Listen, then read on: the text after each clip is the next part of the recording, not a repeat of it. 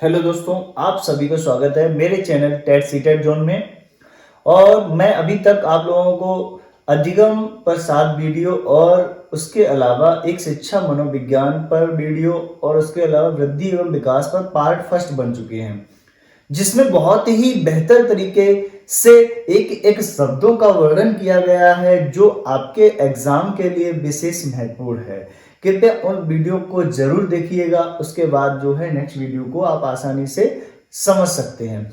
चलिए आज हम बात करते हैं वृद्धि एवं विकास पार्ट 2 वीडियो पर। चलिए हम बात करते हैं। सबसे पहले हम बात करेंगे विकास की अवस्थाएं। क्लियर है?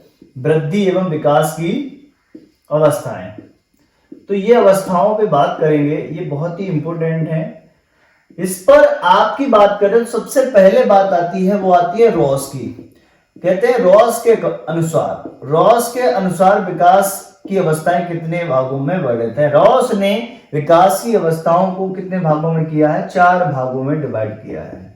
4 भागों में बांटा है। किसने? रॉस ने। पहले भाग की बात करें तो बात करते हैं, सबसे पहले वो आती है सहस्रावस्था। चलिए हम बात करते हैं, पहला पढ़ते हैं सहस्रावस्था। ठीक है दोस्तों, आइए हम बात करते हैं सहस्रावस्था की। सहस्रावस्था का जो समय है वो 0 से क्या है? 0 से 3 वर्ष है। क्या है? 0 से 3 वर्ष। ठीक है, आगे हम बात करते हैं दूसरा आता है, वो आता है पूर्व बाल्यावस्था। क्या आता है?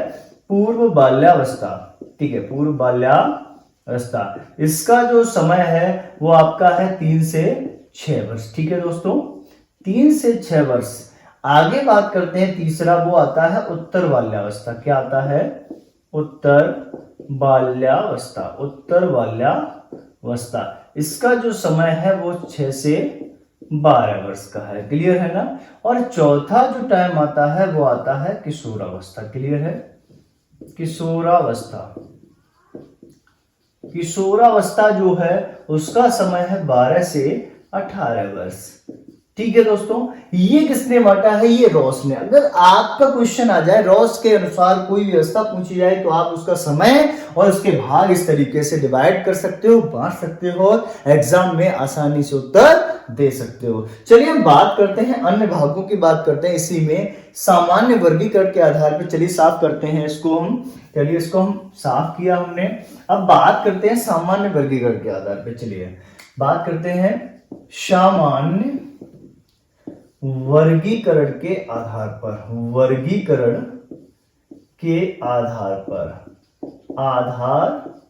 पर अवस्थाओं का वर्गीकरण की बात करें देखंड, उसमें भी 4 हैं, लेकिन उसका समय है वो धीरे से क्या है? परिवर्तित है, धीरे से अलग अलग दिया गया है। सबसे पहला हम बात करेंगे सहस्रावस्था की दोस्तों। ठीक है, पहला क्या है? सहस्रावस्था। इसको बहुत ध्यान से सुनिएगा। सहस्रावस्था जो समय है वो 0 से 6 वर्ष। आप सभी लोगों ने बुक्स में भी पढ़ा है कि सामान्य वर्गीकरण मतलब 10 से 15 लोग अगर एक बात बोलते हैं और किसी का नाम नहीं आता है, वह क्या आता है? सामान्य वर्गीकरण। जनरल के तौर पे सामान्य वर्गीकरण, जनरल डिफरेंस में अगर बात करें सामान्य वर्गीकरण के आधार पे सहस्रावस्था 0 से 6 वर्ष। दूसरा आता है वो आता है बाल्यावस्था।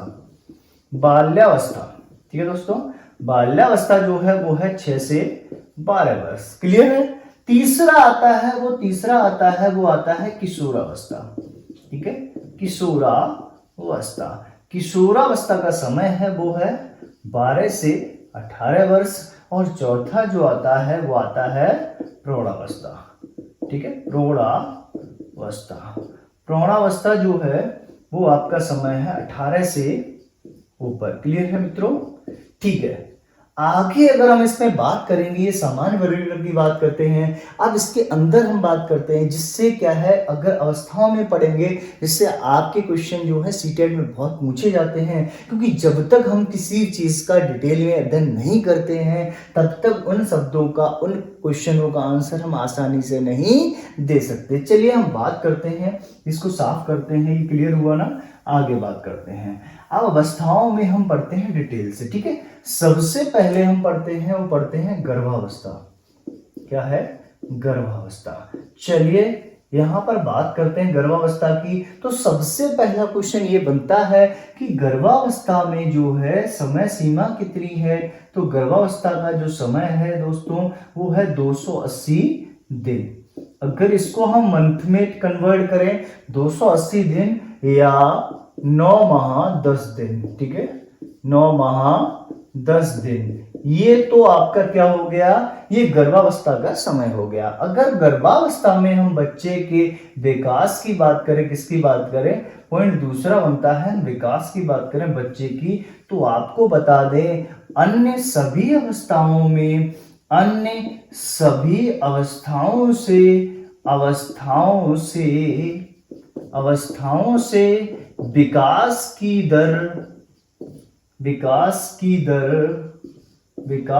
दर तीव्र होती है। किसमें होती है, गर्भावस्था में। ये आपको दिख नहीं रही है, लेकिन विकास की दर अन्य सभी अवस्थाओं में, क्योंकि विकास होता है। इसके एग्जाम्पल आप महाभारत में अभिमन्यु जो गर्भ में उसका विकास हुआ था, तो हम कह सकते हैं गर्भ में बच्चे का विकास होता है और अन्य सभी अवस्थाओं से विकास की दर कैसी होती है, वो तीव्र होती है। बस इतना फर्क होता है, जिस माता के गर्भ में संतान है उसको अच्छा सेवन करना चाहिए, अच्छा अध्ययन करना चाहिए, अच्छे लोगों के संपर्क में रहने से बच्चे का विकास भी क्या होगा, वो अच्छा होगा, सकारात्मक होगा। क्लियर है ना। चलिए हम बात करते हैं नेक्स्ट पॉइंट सहस्रावस्था पे। चलिए आइए साफ करते हैं, क्लियर होगा ना, ठीक है। आगे हम बात करते हैं, आइए। तो आगे आती है सहस्रावस्था। इसको बहुत ध्यान से सुनिएगा, यहां से क्वेश्चन बनना ज्यादा स्टार्ट होते हैं। सहस्रावस्था, यहाँ पे बात करते हैं सहस्रावस्था। चलिए सहस्रावस्था की बात करते हैं, तो सहस्रावस्था में सबसे पहले बात आता है, ये जीवन का निर्माणकारी काल होता है। क्या होता है, ये जीवन का निर्माणकारी काल होता है। भाई आप पता है, यहां से बच्चा वातावरण के संपर्क में आ रहा है, जीवन का निर्माण प्रारंभ हो गया, इसीलिए इसको ये जीवन का निर्माणकारी काल कहा जाता है, काल होता है। ठीक है, आपको बता दें कि क्रो एंड क्रो की बात करें, अगर हम यहाँ पे एक पॉइंट करते हैं, क्रो एंड क्रो ने, आप सभी लोगों ने थोड़ा इसमें इंपॉर्टेंट क्वेश्चन भी बन चुका है, और क्वेश्चन आता है कि क्रो एंड क्रो ने 20वीं शताब्दी को बालक की सदी कहा है। क्या, 20वीं सदी को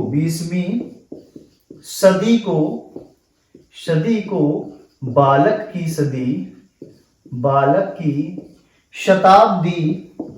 शताब्दी कहा है। ये क्वेश्चन बन चुका है कि 20वीं सदी को बालक की सदी किसने कहा है, वो आंसर देते हैं क्रो एंड क्रो ने। अगर हम यहाँ पे बात करें सहस्रावस्था की, तो थोड़ा और लेते हैं गहराई में, यहाँ आते हैं परीक्षा उपयोगी पॉइंट, जो परीक्षा के लिए बहुत महत्वपूर्ण है।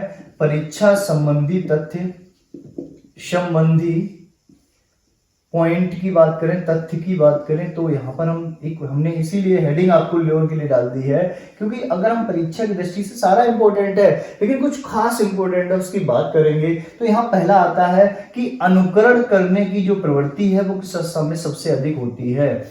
अनुकरण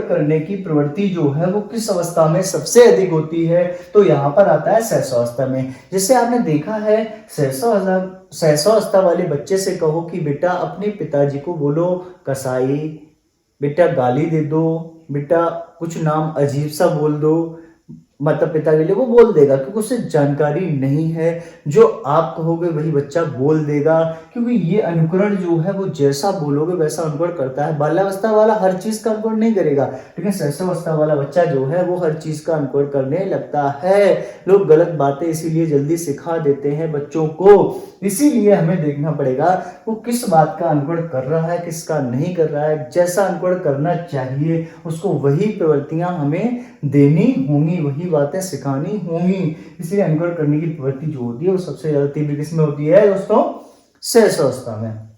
आइए दूसरी बात करेंगे, सेकेंड बात करते हैं। वहां पर यह आता है कि बच्चा जो है वो मूल प्रवृत्त्यात्मक व्यवहार करता है। जैसा इंपॉर्टेंट पॉइंट, मूल प्रवृत्त्यात्मक व्यवहार बहुत इंपॉर्टेंट, इसको समझिए। कहते हैं मूल प्रवर्त्यात्मक व्यवहार, उसके दिमाग में जो आता है, दिमाग में जो आता है, दिमाग में जो आता है, जिसमें मूल प्रवृत्तियां हैं, जो मूल प्रवृत्तियां मतलब दिमाग में, माइंड में जो आया वो वैसा व्यवहार करता है। जैसे आपने देखा है बच्चा टॉयलेट करता है, टॉयलेट के बाद हाथ रख के उसको टॉयलेट को साफ कर देता है। या आप अन्य किसी अवस्थाओं में ऐसा काम नहीं करते हो, केवल और केवल क्या करते हो, सहसावस्था में करते हो, क्योंकि आपका जो आपका मन है, आपने कहा पानी, आप टॉयलेट किया और आपने साफ कर दिया, जो मन कर रहा है, मोबाइल हाथ में होता है बच्चा फेंक देता है, स्पून हाथ में होती है वो किसी के मार देता है, वो किसी भी बाबा की गोद में होता है मूंछ को पकड़ के खींचने लगता है, मम्मी की चोटी पकड़ के खींचने लगता है। ये क्या है, यही है मूल प्रवर्त्यात्मक व्यवहार। क्लियर है ना? ओके, आगे बात करते हैं। तीसरा पॉइंट आता है, बच्चा जो होता है वो स्वार्थी होता है, स्वार्थी व स्वकेंद्रित होता है, स्वार्थी वो स्वकेंद्रित होता है, स्वकेंद्रित। ठीक है, क्योंकि बच्चा जो है वो स्वार्थी होता है, स्वकेंद्रित होता है। जैसे मान लीजिए बच्चा अपने आप से सबसे ज्यादा प्यार करता है, अपने आप से लगाव ज्यादा होता है, उससे कहो तुम्हारी पिटाई लगाएं या तुम्हारे पिताजी की लगाएं, कहेगा मुझे छोड़ दो। पर सबसे पहले बचाव किसका करता है, वो सबसे बच्चा अपने आप का, स्व माने अपने लिए केंद्रित होता है, उसे सबसे ज्यादा चीज चाहिए होती है, वो सबसे बड़ा गिलास चाहिए होता है। जैसे आप एग्जाम्पल के लिए समझ सकते हो, एक माँ है 2 गिलास लेके आती है, एक गिलास का साइज होता है वो ये होता है, जिसमें उसकी सबसे फेवरेट चीज है, एक गिलास का साइज ये होता है, ये वाला।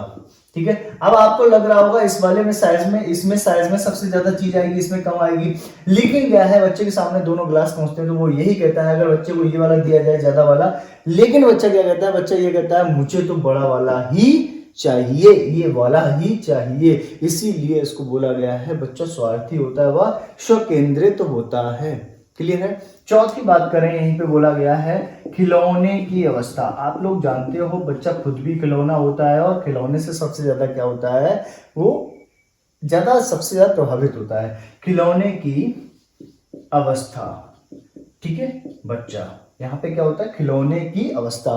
अब यहाँ पे हम थोड़ा इसको साफ करते हैं, हम आगे से बढ़ते हैं। चौथे पॉइंट में आपसे समझ में आ गया खिलौने की अवस्था। चलिए हम ऊपर से साफ करते हैं इसको, खिलौने की अवस्था। उसके बाद हम बात करते हैं 5 पॉइंट पे बात करेंगे।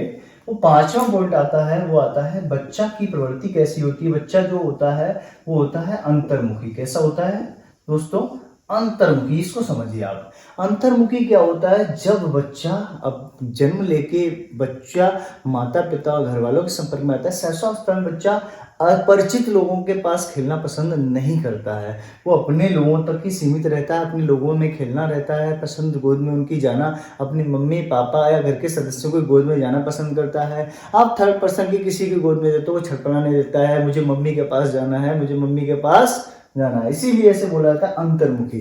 कैसा होता है, इसकी प्रवृत्ति विश टाइम होती है, वो कैसी होती है, अंतर्मुखी होती है।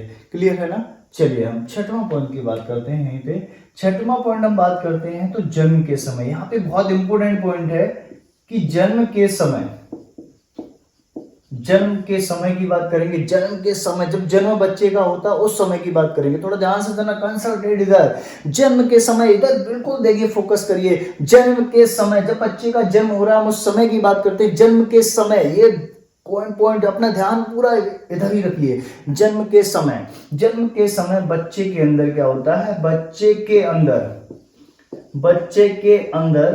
कोई संवेग नहीं होता है। कोई संवेग, बहुत इंपॉर्टेंट टॉपिक, कोई संवेग नहीं होता, ये समझिए।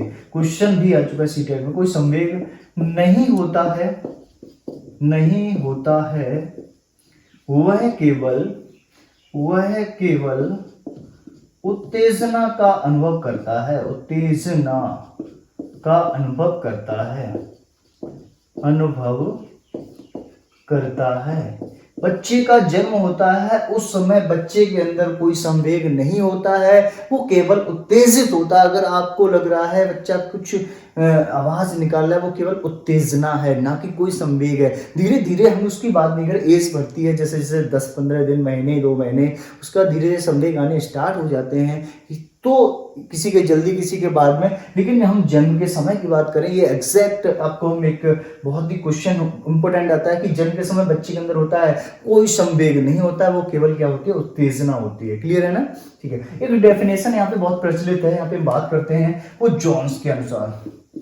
क्या है, जोन्स के अनुसार, जोन्स कहते हैं, जोन्स के अनुसार ये कहते हैं, जोन्स कहते हैं, क्या कहते हैं कि 2 वर्ष के बच्चे के अंदर, 2 वर्ष के बच्चे के अंदर, ध्यान रखना अगर क्वेश्चन आ जाए जोन्स, जोन्स के अनुसार, जोन्स के अनुसार क्या है, एक बार ध्यान दीजिए सभी सभी एकदम कमॉन कमॉन कमॉन जल्दी, जोन्स के अनुसार, जोन्स के अनुसार 2 वर्ष के बच्चे के अंदर, बच्चे के अंदर अंदर भय नाम का संवेग नहीं होता है, इसलिए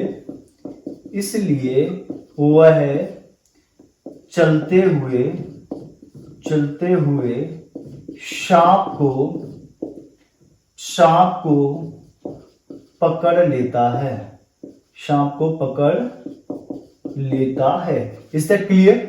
ये समझिए, जोन्स ने क्या कहा, इसकी बात करें, अलग अलग मनोवैज्ञानिकों का अलग अलग मत है, इसको आपको समझना पड़ेगा।